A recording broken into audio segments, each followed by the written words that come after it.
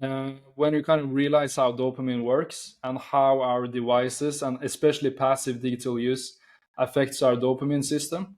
I think that's like a big key to for normal people to kind of realize the importance of digital discipline. Because every time we scroll through TikTok or we go on Instagram and we end up looking at bikini photos or whatever it is, or like watch Netflix for 4 hours. Every time we do that, we desensitize our dopamine system a little bit.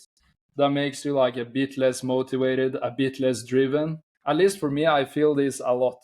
If I have an evening where I watch, Netflix for a couple of hours, I do that very seldom, but it happens sometimes. When I do that, I'm sure like a part of it is guilt because I'm very conscious about this stuff, but I kind of feel like I actually feel the difference in motivation like afterwards. I kind of feel a bit sluggish and stuff, and I think when people become more conscious of this, they can actually kind of track like how these different things affect their dopamine, because dopamine is essentially just motivation. It's what makes you driven and motivated in life. Yeah.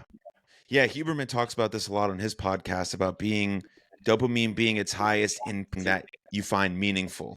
And so getting these sort of quick dopamine hits reduces that drive, like you're saying, or that ability to pursue what's most meaningful for you.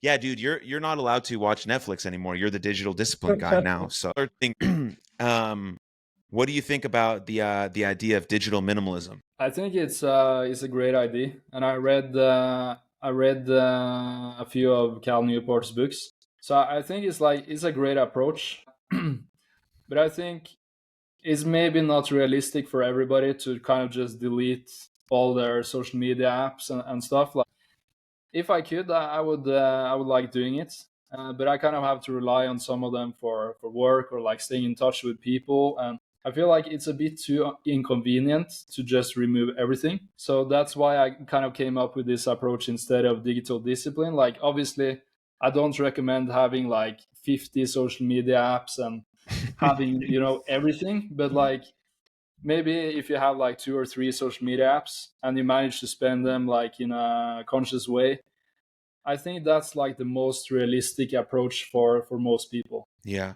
Yeah, I think for him it worked because he never got on them to begin with. And he has a really good job as a teacher, and he has people who work for him so they can handle some of his podcasting stuff, whatever the case may be, right? But he never got on them. But now we're talking to people specifically who are already on these platforms and telling them, like I said at the beginning, to completely remove them is just unlikely. So we got to sort of meet them halfway, and I think that's where your book does a really good job by saying, yes, you can do all of these things, but here's just a better way. Because I've always said the number one way to improve your life, you know what it is? No. It's very simple. It's to stop doing things that make you feel like shit.